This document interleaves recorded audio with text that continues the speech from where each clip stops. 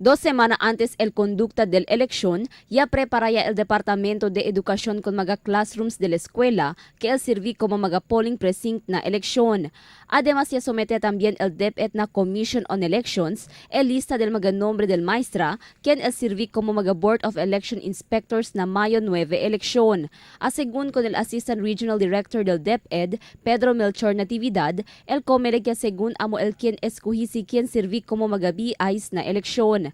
Actualmente, ta necesita 1,851 mga Board of Election Inspectors el Commission on Elections para na siyudad de Zamboanga.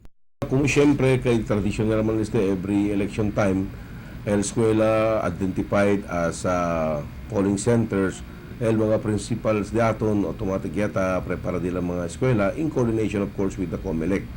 As far as our teachers are concerned, tan-submit lang kita names, no, el district una, ta-pregunta sila kung ang mga teachers nila kung pwede man-serve, then tan-submit ang mga nombre na COMELEC and for the COMELEC to select and finally designate or appoint ang mga BIs daton.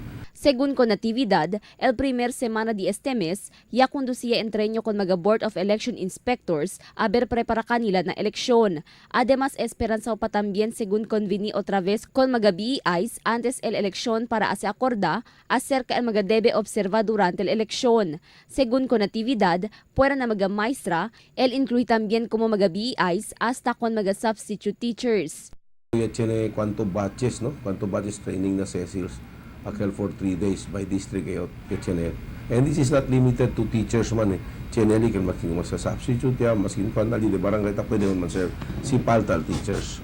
El mga Board of Election Inspectors keta incluye mga maestra, el sirvin na eleksyon, quien el asegura con el integridad y seguridad del mga balota. Sila también amo el quien mira con el andanza del eleksyon por medio de asisti con mga votante na eleksyon. Crystal Almonia, Dateline Zamboanga.